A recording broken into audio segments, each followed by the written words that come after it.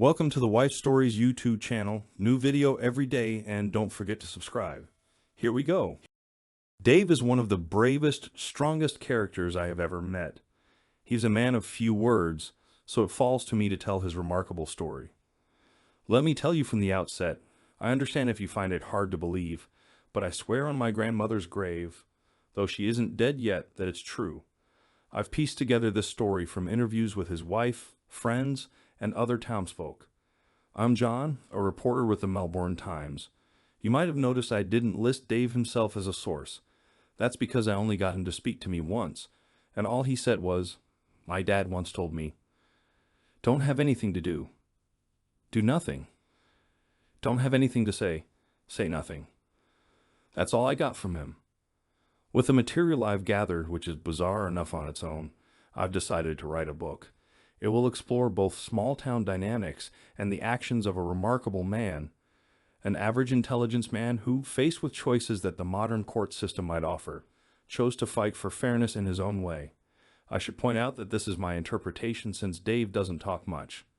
My main source was his wife, who was quite open, mainly due to my promise of a couple of grand she needed to help with her legal bills.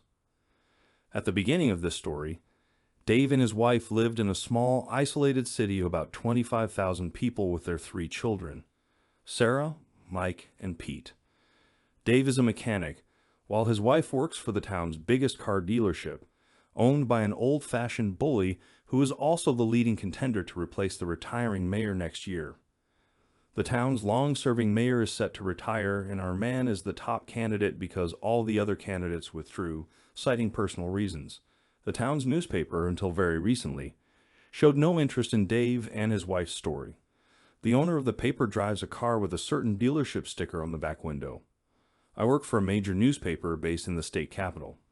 Having been bullied at school, even if this wasn't a great story, I would have tried to get involved in Dave's fight against Goliath. Now on to the story.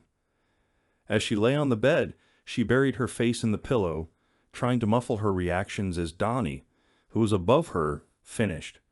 She was grateful for the pillow as it saved her from having to fake her expressions. The weight of Donnie on her felt oppressive, and she struggled to breathe beneath him. She reflected on how things had changed since the beginning of their relationship. Initially, the newness and excitement had brought genuine pleasure. Now the familiarity and lack of romance left her feeling unfulfilled. Donnie was an adequate lover, but the hurried encounters in a motel room didn't provide the satisfaction she had hoped for when she started the affair 7 months ago. She imagined Donnie's prowess would be impressive, but in reality, it was quite similar to her husband Dave's. The novelty wore off quickly, and without the romantic build-up she craved, the encounters felt mechanical. She was determined to stay with Donnie, hoping for the romantic dinners and intimate moments she desired. Although she didn't love Donnie, she convinced herself that she would come to love him in time. 3 things troubled her plans: her own guilt, her strict Christian parents' disapproval, and Donnie's refusal to divorce his wife until he was elected mayor. This meant she had to settle for occasional quick liaisons rather than the romantic nights she yearned for. As her passion waned, her guilt intensified. Donnie rolled off her and began getting dressed. As usual, she would take a shower and leave at least an hour after him, ensuring they wouldn't be seen leaving or arriving back at work together. Donnie finished dressing and kissed her goodbye before opening the door. She reminded him to check outside to make sure there was no one they knew around. Donnie opened the curtains and glanced out, but then quickly drew back, letting the curtain fall. "Hey, Annie, there's a guy sitting on the hood of your car." He saw me open the curtain and looked right at me. She jumped out of bed and peered through the curtain. "That's Dave. Your husband. How did he find out I was here?" "I'm not ready for that conversation yet. This could ruin everything." Donnie dismissed her concern with a laugh. "In this town? I don't think so. They're too smart to publish anything negative about me. They know I'll be in charge for the next 10 years, or I might even run for state politics. Don't worry about the town's reaction. This could be good. You always say we don't get enough time together. Now that he knows, things might change." She was still worried. What's he going to do about it? I mean, look at him. He's half a foot shorter than you and about half your weight. He could tell your wife. You're right. I don't want him tipping her off before we're ready. I'll go talk to him. Donnie bent down to kiss her again and then marched out of the door. She cracked the curtain slightly to watch. She saw her husband sitting on the car, and as their eyes met through the curtain, she felt guilt gnawing at her. She waited a few minutes, then heard Donnie's raised voice. She peered out again and saw Donnie leaning over Dave, who was still sitting on the car. Their eyes met again through the curtain, and she fled to the bathroom, showering until the water ran cold, trying to wash away her guilt. After she dressed, she braced herself to look out the window again when Donnie called, "How quickly did your husband leave after I had a word with him?" "I don't know, I haven't looked since you left." "Well, he's still there," she reported when she checked again. Donnie was puzzled. "My usual tactics work. What did you say to him?" "I just told him the facts of life and pointed out the health hazards of standing in our way and the futility of trying to stop us. Don't worry, Annie, it'll be dark in an hour. Stay where you are and I'll send a couple of my associates to talk to him." True to his word, an hour later there was a heavy knock on her door. She opened it to find Frank and Rick, two of Donnie's employees, holding Dave between them. They were so large that Dave's feet barely touched the ground. She let them in, and Dave, with a neutral expression, stared at her. She quickly averted her eyes and tried to leave, but she heard a sickening thud and a rush of breath. Reflexively, she looked back and saw Rick holding Dave while Frank had his fist poised. As Dave stood up and looked her straight in the eye, she felt sick and fled. She picked up some takeout for her family and faced questions from her children about their dad's absence and unreturned phone calls. She slept poorly, and when she left for work the next day, there was still no sign of her husband. Donnie wasn't in either, and she couldn't bring herself to talk to Frank or Rick. Returning home late, she found the house empty. She called Sarah and Mike, but both phones went to voicemail. Worried, she waited until after dinner when she heard a car in the driveway. Looking out, she saw her kids getting out of her parents' car with both her mom and dad. They entered the house, and her mother began the conversation.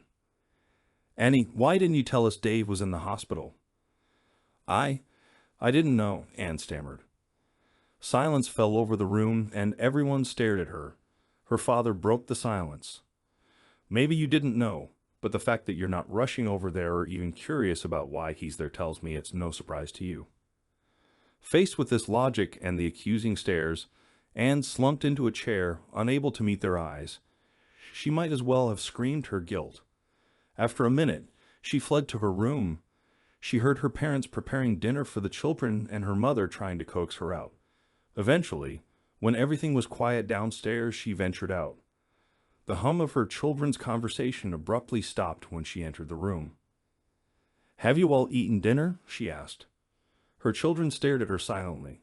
Finally, Sarah broke the silence. "Mom, you know how Daddy got hurt, don't you?" "I had no idea he was in the hospital," Anne replied, her voice trembling. Silence settled over the room as everyone except perhaps little Pete understood that the lack of a denial was as good as an admission. Pete sobbed and hurried over to wrap his arms around Anne. "What's wrong, sweetie?" "It hurts me to see Daddy hurt so much," Pete said, describing Dave's injuries. Broken ribs, a broken nose, and 2 black eyes. Anne recoiled in horror at the realization of what she had not prevented. Mike broke the ensuing silence. "Why did you hurt Daddy, Mom? What did he do to you?" Anne's response was instinctive. "He didn't do anything to me." Slowly, she realized her failure to deny involvement in Dave's suffering. In her mind, she blamed herself. She sent the children to bed and drank heavily, seeking to escape the guilt. The next day at work, Donnie avoided discussing Dave, but suggested they talk about it at their usual motel. Frustrated, Anne agreed. When she arrived, Donnie attempted to be intimate, but she snapped at him, which made him stop. He shrugged when she asked about his instructions to his associates. Donnie showed no interest or empathy regarding Dave's injuries, and Anne stormed out. She arrived back at the office just before Donnie, and the tension between them was palpable. That night, she wasn't overly concerned when her children returned home late. Her parents dropped them off, and as soon as dinner began cooking, they left without a word. The children answered her questions with monosyllabic responses, and conversation ceased when she entered the room. The next day, things remained tense at work, and her empty home was uncomfortable. That night, she sat at the kitchen table, trying to figure out how to mend her relationship with her children. She was so absorbed in her thoughts that she barely noticed when her children returned and prepared a meal around her. She only realized when Sarah placed a plate in front of her. Anne ate alone in the kitchen while the children ate in front of the TV, unable to handle their accusing stares. She dreaded what Dave might be telling them. After another cold day at work, she returned to find a bustling house. Her mother greeted her at the door. "Are you going to feed your children today?" "Of course, Mother," Anne replied. Her mother interrupted. "Then leave." Anne saw Pete carrying a plate of cheese and biscuits upstairs. "No food upstairs," she called after him. Realizing that Dave was home, she busied herself making dinner, glancing occasionally at the stairs, which seemed like a psychological barrier. One or two of the children were upstairs at any given time. Sarah took Dave's food up while they sat at the dining table. Pete innocently asked, "If Daddy didn't do anything to you, why did you hurt him? Why won't you talk to him?" Anne had no answer as Sarah began explaining guilt to Pete. Anne fled, leaving a half-eaten dinner and walking for several hours. When she returned, the children were in bed. Needing things from the master bedroom and bathroom, she crept upstairs and peeked into the open door. Seeing Dave asleep on his side, facing the doorway, with his swollen face and the white strips on his nose, struck her deeply. His ragged breathing added to her anguish. She quietly gathered her necessities and placed them in the spare room across the hall. Returning to the master bedroom, she intended to whisper an apology, but upon seeing Dave's open eyes staring at her, she fled again. That night, she struggled to sleep, feeling Dave's gaze through the walls. When her relationship with Donnie first became serious, she anticipated conflict with Dave. What she had imagined as an academic exercise now felt painfully real. She pressured Donnie the next morning to expedite his plans to divorce his wife, but he insisted there would be no divorce or acknowledgement of the affair until after the election. If she wanted to divorce her husband now, it was up to her. He would assist with time off and money, but left the rest to her. This realization led her to suspect she might be nothing more than a fling for Donnie. Though uncertain, the urgency of her situation forced her to continue on her chosen path. Anne took time off to consult a lawyer and arranged to have Dave served as soon as the papers were ready. She left the divorce proceedings in the lawyer's hands, seeking a fair settlement, primary custody of the children, reasonable visitation rights for Dave, child support, and alimony. She also wanted residency of the house until she was ready to move out, which should be just after the election next year. The next part of the story won't make sense unless you know the layout of the dealership that Donnie owns and works at. At the front of the building is a huge showroom. Along the back wall are 4 glass-walled offices with solid walls between them. On the far right is Donnie's office, then Anne's, followed by the offices of the admin manager and the service manager. As the offices are long and thin, there's only one place to put a desk, at the opposite end from the door against the end wall. Because Donnie's and Anne's doors are at opposite ends of their offices, their desks are effectively adjacent, separated only by a solid wall. The service center is around the back. Anne was busy tapping away at her keyboard and didn't see Dave walk into the dealership. He walked straight up to the reception desk, leaned on it, and stared into Anne's office.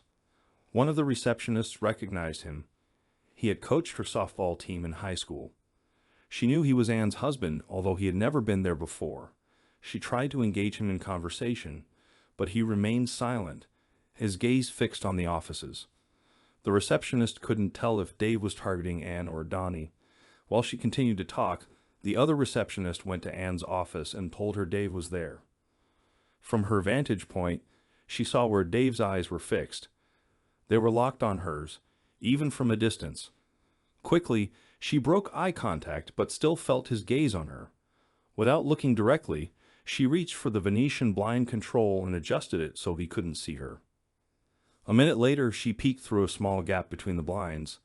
The 2 receptionists were whispering to each other, and Dave's neutral expression was still visible through the blinds despite his bruises and bandages. Anne picked up the phone and called Donnie, asking him to check his window. Donnie answered, "What's he doing here?" "I don't know, but get rid of him." Donnie hung up the phone and strode out to the reception desk. "Mr. Brown, this is a private business. I'm going to have to ask you to leave." Dave did not respond and continued staring at Anne's window. Donnie, growing impatient, warned, "Don't make me call the police." Without looking away from the window, Dave handed his phone to Donnie. In a hushed tone meant only for Dave, Donnie said, "So I messed around with your wife." "Get over it." Unfortunately, Donnie didn't realize how clearly his words were heard by both receptionists. Peeking through the Venetian blinds again, Anne saw their heads turned towards her. A few minutes later, Anne heard a commotion at the reception. She looked out and saw Frank and Rick carrying Dave towards the outer doors. Dave, traveling backwards, kept his eyes on Anne until he was out of sight. Anne thought to herself that he deserved it, but then remembered that all her interactions with Dave had been internal dialogues. Until he had caught her with Donnie, he hadn't known their marriage was in trouble. She felt a pang of empathy and rushed to her door, seeing Donnie with a sadistic grin. "Donnie, not again. Let me handle it." Donnie gestured for Anne to return to her office. She opened the blinds again, fuming. Donnie canceled his afternoon appointments and stayed in his office while employees constantly visited the reception area. At 1:00 p.m., 2 police officers arrived and spoke to the receptionists. Donnie must have seen them and invited them to his office. The blinds were closed and the officers left 15 minutes later. Anne, dreading going home, asked if she could move into the company-rented motel unit, the same one she and Donnie had used. She snuck home, packed a suitcase, and texted Dave and Sarah to say she wouldn't be home that night. Donnie helped her unpack at the unit, and in her desperation for distraction, she allowed him to be intimate with her. At 6:30 p.m., her mother called. Before answering, Anne thought it typical of Dave to use her family against her. Her mother asked, "Where are you and why aren't you home?" Anne replied, "I'm not coming home tonight. Dave can look after the kids." Her mother responded, "Dave is in the hospital again. He'll be there for at least a week this time." Anne hurried. "I'll be home as soon as I can," she said as she hung up. She asked Donnie, "What did you do to him this time?" "The stubborn man has to learn that he can't mess with me," Donnie replied. Anne quickly dressed and sprinted home, picking up takeout along the way. When she threw open her front door, she saw all 3 children sobbing in the lounge, comforted by her parents. Her mother intercepted her and led her into the kitchen. "What on earth is going on? You abandon our children while your husband is in the ICU, and you come home with takeout for their main meal of the day. What is happening?" Her mother's nostrils flared. "It's none of your business, Mother. Dave and I are just going through a rough patch, that's all," Anne replied. The 2 women stared each other down for half a minute before her mother broke the silence. "I noticed you showed no surprise when you found out your husband is in the hospital. That tells me what the children say is true. You did have something to do with Dave ending up in the ICU." "No, Mom, I had no idea Dave was in the hospital again," Anne said. Silence settled over them again, only to be broken by Anne's mother. "Well, aren't you curious about what your boyfriend did to your husband this time?" "What boyfriend?" Anne asked, but her silence and the way she looked at the floor gave her away. Her mother continued, "You reek of someone else. This time, the doctors are fairly certain he has a fractured cheekbone and possibly a fractured skull. They believe one of the ribs that was broken last time was pushed into his chest and punctured it. The ambulance driver told me they picked him up from an alley near your work. So tell me, Anne, what did the poor guy do to deserve this treatment?" Anne couldn't answer and was too busy sobbing. Her mother sat in silence until Anne ran upstairs to her bedroom. She noticed blood on the sheets of the bed she hadn't slept in for 4 days and cried into her pillow. She lost track of time until there was a soft knock at the door. It was her mother. "I have to take Dad home," her mother said. "All this stress is causing his blood pressure problems to come back. He almost fainted when he stood up just now." "Okay, Mom, I'll see you out." By the time Anne got downstairs, her father was walking out the front door. He gave her a withering look, but didn't say anything. As she said goodbye, the children slipped off the bed and sat, trying to think of a way out of this mess. The only way she could see was forward. Breakfast the next day was silent. When Anne got to work and discovered Donnie would be gone for the day, she texted him, begging him to meet her at the motel that evening. She also texted her mother, asking her to meet the kids after school and look after their dinner. The reply was a simple, yes, good idea. Donnie met her after work and reassured her that their plan was on track. The police couldn't connect either of them to Dave's two beatings, and Anne hadn't mentioned her husband's second assault. Although Donnie had arranged it, she could have stopped it by running after them as her husband was carried out. Instead, she allowed Donnie to be intimate with her until after 9 p.m., then Anne showered and went home. It was almost 10 when she arrived. All three children were awake and looking at her expectantly. "Why aren't you guys in bed?" she asked. Her mother replied on their behalf, "I let them stay up until you got home. They're eager to know how their father is." "I don't know," Anne said. "Didn't you go see him tonight?" her mother asked. Anne remained silent. Her mother continued, "What did you do? Tell me you didn't get me to cover for you while you went to see your lover while Dave is in the hospital." "I never told you I was going to the hospital," Anne said. Her mother swung around, grabbed her coat, and headed for the door. Over her shoulder, she said, "You disgust me. I'm ashamed to call you my daughter. Don't ask me to look after your children again unless it's so you can go to your husband and beg his forgiveness." Anne thought she was managing with the little sleep she was getting. She reflected that if she had abandoned her plans, it would have made everything pointless. Her mother's call the next day at work was not an apology. "How could you be so heartless?" her mother asked. "Your husband finally gets out of the ICU, and what does he get? A visit from an ugly process server and divorce papers. Who are you, and what have you done with my daughter?" In her pain, Anne had forgotten that her divorce process was on autopilot. The lawyer had followed her instructions and served Dave as soon as the papers were ready. As a reflex, Anne tried to resolve the immediate issue. "Mom, can you look after the kids tonight so I can go see Dave?" "No, I can't, Anne. Your father is in the same hospital as your husband. He had a heart attack today, and they're going to put in stents tomorrow. Goodbye." Anne's mother hung up. Anne rushed home early to be there when the children got off the school bus. When the bus arrived, she was met with the sight of her children and her parents. Calls to two of their phones went straight to voicemail. 2 hours later, she received a text instructing her to pick up the children at the hospital. They had walked there after school.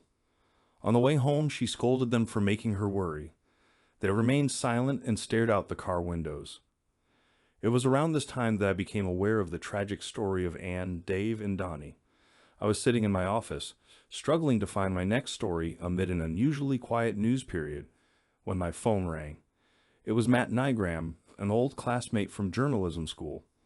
Matt, who had always shunned larger organizations in favor of small-town issues, had been working in the regional center where the story was unfolding. The doctors and nurses at Dave's hospital were so appalled by Anne's behavior that they contacted Matt. Using his usual skill, Matt quickly uncovered the affair between Anne and Donnie, as well as the 2 beatings Dave had suffered. Although no one directly said it, the fact that Dave had been seen being carried out of the dealership by known associates of Donnie suggested a connection. Matt tried to speak with Dave, but Dave refused to talk. He contacted the police, only to find out there was no active investigation. Matt submitted his story to his editor, only to have it rejected and torn up. Disheartened, Matt resigned and sent the story to me. I offered him a position at my paper, and the following week I cleared my desk and left for an assignment in Hicksville. The next week was very uncomfortable for Anne. Her children treated her coldly, and her social life was hampered by her mother's unavailability to help with the kids. She picked them up from the hospital every night. Donnie was away on business during the day, and the only time she saw him was one night when he managed to sneak into her house after the children were in bed. That was the first time they spent the entire night together. On Friday, Anne received a call from the school requesting a semi-urgent meeting. During the meeting, She learned that they were very concerned about Sarah's rapid weight loss and couldn't believe Anne hadn't noticed. They also expressed worries about Michael's sudden propensity for violence and little Pete being bullied because he was always crying. Overwhelmed, Anne decided to expedite the divorce and hoped it would resolve soon. Initially, Anne declined an invitation to go out with 4 of her girlfriends that Friday night. With Dave still in the hospital and Donnie unavailable, she tried unsuccessfully to get her children to open up. Frustrated, she left the children at home and went out with her friends. She left her whereabouts with Sarah in case of an emergency. About an hour into her evening, while fielding questions from her friends who had heard rumors about the violence inflicted on her husband, Anne spotted Dave sitting at an adjacent table. He had a black eye, a bandaged face, and was hunched over in pain. Anne panicked and turned back to her friends, trying to downplay the situation. Her friends saw her reaction and noticed Dave's condition. They could only wonder about the effort it took for him to make such a silent protest. One friend made an excuse to visit the bar, while the 2 who knew Dave best went over to speak with him. The rest of the group, puzzled, left. Anne hesitated outside the bar, wondering if she should offer Dave a ride. Her conscience told her she should, but she couldn't bring herself to do it. She had told Donnie she loved him just 2 weeks ago to divert suspicion, and now it was clear that had been a lie. Feeling self-centered, she drove home to find her mother looking after the kids. They hadn't seen each other in a week, and Anne suddenly realized she had never inquired about her father's health.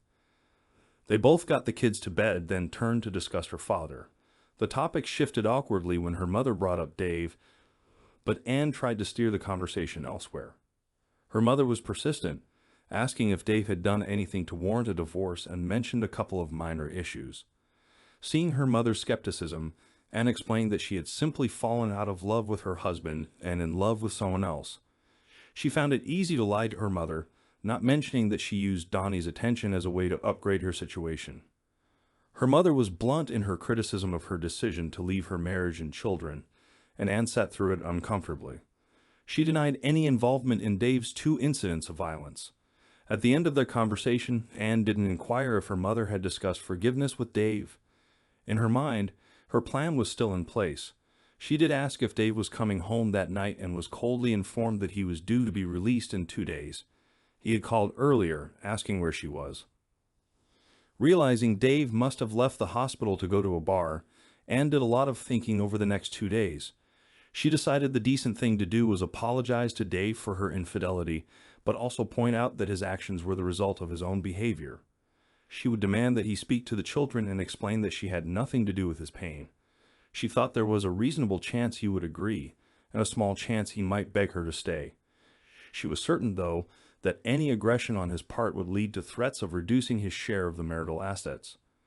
On the night of Dave's release, Donnie left work early and went to the unit.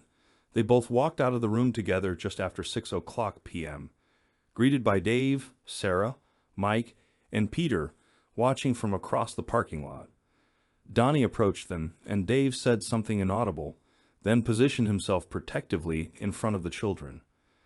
Donnie looked at the 3 witnesses, turned away, and drove off. Dave took the kids out for a meal and returned home with them just before 8:00 p.m. She heard them come in, laughing and talking, while she continued washing dinner dishes. After finishing, she entered the lounge, intending to separate Dave from the kids and present her ultimatum. The children stopped talking when she entered, but Dave was nowhere to be seen. When she asked where he was, she was told he had taken his pain medication and gone to bed. She tried to engage the children in conversation, but they were unresponsive. She sent them to bed and called Donnie for comfort. Exhausted, she decided to turn in early. At the top of the stairs, she noticed a light on in the spare room and a pile of her clothes and toiletries on the bed. Determined to confront the situation, she moved to the master bedroom door, which was locked. She retrieved the spare key from the kitchen. Thinking Dave was behaving unusually, armed with a rolling pin for self-defense, she used the key to open the bedroom door. The light from the hallway revealed Dave on the bed in a sleeping bag on a mattress. As she processed the scene, Mike emerged from the sleeping bag, standing between her and Dave. Mike looked at the rolling pin and hissed, "You will not hurt my dad again." She wanted to explain that she wouldn't hurt Dave anymore, but saw the futility in her words. Instead, she retreated to her room weeping. She didn't sleep well that night. The next morning, the kids took turns. Two ate breakfast in the kitchen while one sat halfway up the stairs, clearly acting as a guard. The sight broke her heart. She spent the day planning a speech to redeem her children's trust. Returning home at her usual time, she found Dave and the children talking in the lounge. She ordered the kids to the kitchen, and Dave began to rise painfully. She told them to stay away. Once the children were settled at the kitchen table, she stood, glaring down at them, ready to deliver her prepared speech. But then she saw her tormentor standing just outside the doorway. Nearly 2 weeks of guilt, self-loathing, frustration, and sleep deprivation led to a breaking point. The neutral expression on Dave's face was the final straw. In a burst of reflexive strength she didn't know she had, she picked up the heavy glass fruit bowl from the center of the table and hurled it toward Dave. The bowl slipped in her hand at the last moment, altering its trajectory. In slow motion, she saw the bowl heading for the doorframe. Just before it struck, she glanced at Dave's face, which seemed to shift from neutral to a faint smile, his only visible reaction. The bowl hit the doorframe, shattering into 2 pieces. One piece harmlessly struck the frame, while the other deflected at an angle and hit the side of Dave's face. She watched in horror as bright crimson blood sprayed from a deep cut on his face before Dave sank to his knees and then fell onto his side. Time seemed to speed up again as the children, initially stunned into silence, started shouting. Mike reacted first, jumping up protectively over his father. Seeing the blood still pulsing from Dave's face, Mike grabbed a hand towel and, with determination, moved to tend to his father's injury. Anne attempted to push Mike aside, but he fell back and knelt down, pressing the towel against Dave's face. Sarah, noticing Mike's struggle, tackled her mother off Dave. Mike arose, went to the medicine cabinet, retrieved a sterile pad, and gently applied it to Dave's face. Sarah, realizing the gravity of the situation, screamed for Peter to phone emergency services. Sarah ran to the phone, but upon hearing Mike scream to use the phone upstairs, she realized they had misinterpreted her actions. Sarah sprinted past her, with Peter clinging to her legs in a desperate attempt to stop her. She managed to break free and ran outside to her car, just as I arrived to request an interview. I saw Sarah, covered in blood, running frantically. I took the liberty of entering the house and began attending to Dave's injuries. The ambulance arrived shortly, followed by the police. As Dave was taken away, the police started asking questions. I arranged for Sarah to call her grandmother to come and look after the children. From the children's accounts, I learned about the attack on Dave and the attempted interference with the ambulance call. Suspecting that the local police might not fully protect Dave's interests, I contacted a state police contact. Within 3 hours, 2 members of the flying squad, known for their swift and thorough approach, arrived. I stayed long enough to see the children give their statements, and then took Sarah and Mike to see their father. It was then that I received my only words from Dave. Afterward, I took them home and departed, not realizing that Sarah would soon flee to Donnie's house. At Donnie's, his wife Pamela offered refuge for the night. Distraught and unable to go to work the next day, Pamela stayed home. Just after lunchtime, while Pamela was in the kitchen, she heard a scream and a crash, and found herself flying unconscious on the floor. When she came to, she looked up at the window and saw a man, mostly bandaged, standing outside their fence, staring at the house. Once Pamela began to regain composure, she heard Sarah mumble about her husband. Pamela called the police to remove the man and then informed Donnie. Donnie arrived first, ignoring Dave to focus on damage control. The police recognized Dave, and upon Pamela's confirmation, arrested him. Donnie left to arrange a lawyer for Sarah and handle the situation discreetly. When Pamela called to say that Dave was still outside, Donnie devised a plan to wait until dark. Donnie kept Pamela entertained all afternoon while I was at the police station trying to get details on the charges against her. They were not very forthcoming. I spent a couple of hours trying to locate Dave, but had no luck. Finally, I returned to the motel and began typing up the story while eavesdropping on the police radio. That's how I discovered Dave's location. Just after dark, Donnie must have called the police to move Dave along because I heard them being dispatched to Donnie's residence. I drove over and arrived just as the police watched Dave get into his car and drive away. Dave seemed to attract trouble, so I decided to follow him. I was close to his house when he pulled into his driveway and painfully climbed out. Two figures emerged from the shadows and approached him. One of them struck Dave on the back of the head with an object. I didn't wait any longer. I gunned the engine and illuminated the scene with my headlights. I snapped a few photos with my ever-present camera as the two men ran off up the street, leaving Dave motionless. I called for an ambulance and the police again, waiting for Dave to be taken to the hospital for the fourth time in 2 weeks. I suspected Dave wouldn't survive many more episodes like this. What I had witnessed wasn't just a beating, but something far more serious. I gave a statement to the flying squad and handed over my photographs. Dave spent another night in the hospital, being checked for yet another concussion. The following day, I was in court when the judge arraigned Pamela for assault, occasioning grievous bodily harm. The police hinted that attempted murder might be added later. Donnie posted her bail, gave her a sum of cash, and took her to their motel unit. He suggested she dispose of her phone, as it might be how Dave was tracking her, and advised her to stay away from him outside of work to avoid bad publicity. Donnie's treatment of Pamela was harsh. She questioned how he could treat her so badly if he loved her, but Donnie's contempt was evident. He made it clear that she had been a casual affair for him, now a significant liability. He outlined what her life would be like if she tried to cause trouble and then left, saying he had urgent business to attend to. Pamela, feeling the weight of her crumbling life, realized she had lost everything. She didn't even have a medicine cabinet full of pills or a bath to escape into. She found a bit of solace 2 days later when Donnie was arrested. My photographs of Dave's final assault led to the quick apprehension of Donnie's accomplices. To save themselves, they implicated Donnie, who was then denied bail. When my article was published in the weekly magazine, Donnie's wife left him, and his influence began to wane. Pamela brokered an uneasy deal with her mother to retrieve her belongings from her old house, but never saw Dave or her children again. Honest about her involvement, Pamela was charged with 2 counts of failure to report a crime and as an accessory to assault. Dave was granted interim custody of their 3 children, despite his own conflicted feelings about pressing charges against Pamela. He was influenced by child services, which took Pamela's side. One particularly assertive local officer began proceedings to grant custody to Pamela, despite the children's wishes. Realizing that his own custody was in the best interest of the kids, Dave pressed charges to ensure a favorable outcome. When the child support worker persisted, Dave began sitting outside her house, which, despite police intervention, had the desired effect. Neighbors reported loud arguments at the house.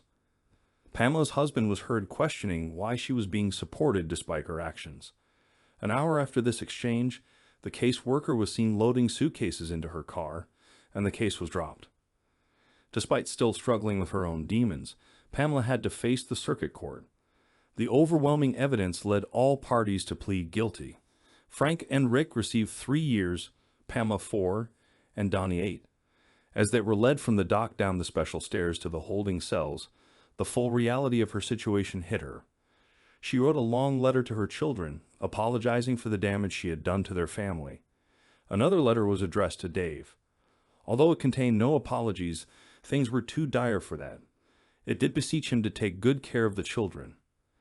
Dave became somewhat of a local celebrity and enjoyed considerable attention from local women. He went out on dates whenever family commitments allowed or when Sarah and Mike insisted. One particular woman caught his eye, and Sarah and Mike took it upon themselves to vet her thoroughly. After their interrogation, they approved of her and agreed that she was worthy of seeing their brave father. Things continued to go well with her, and Sarah was contemplating dropping hints to Dave about a possible proposal. As for Donnie, his situation was less rosy.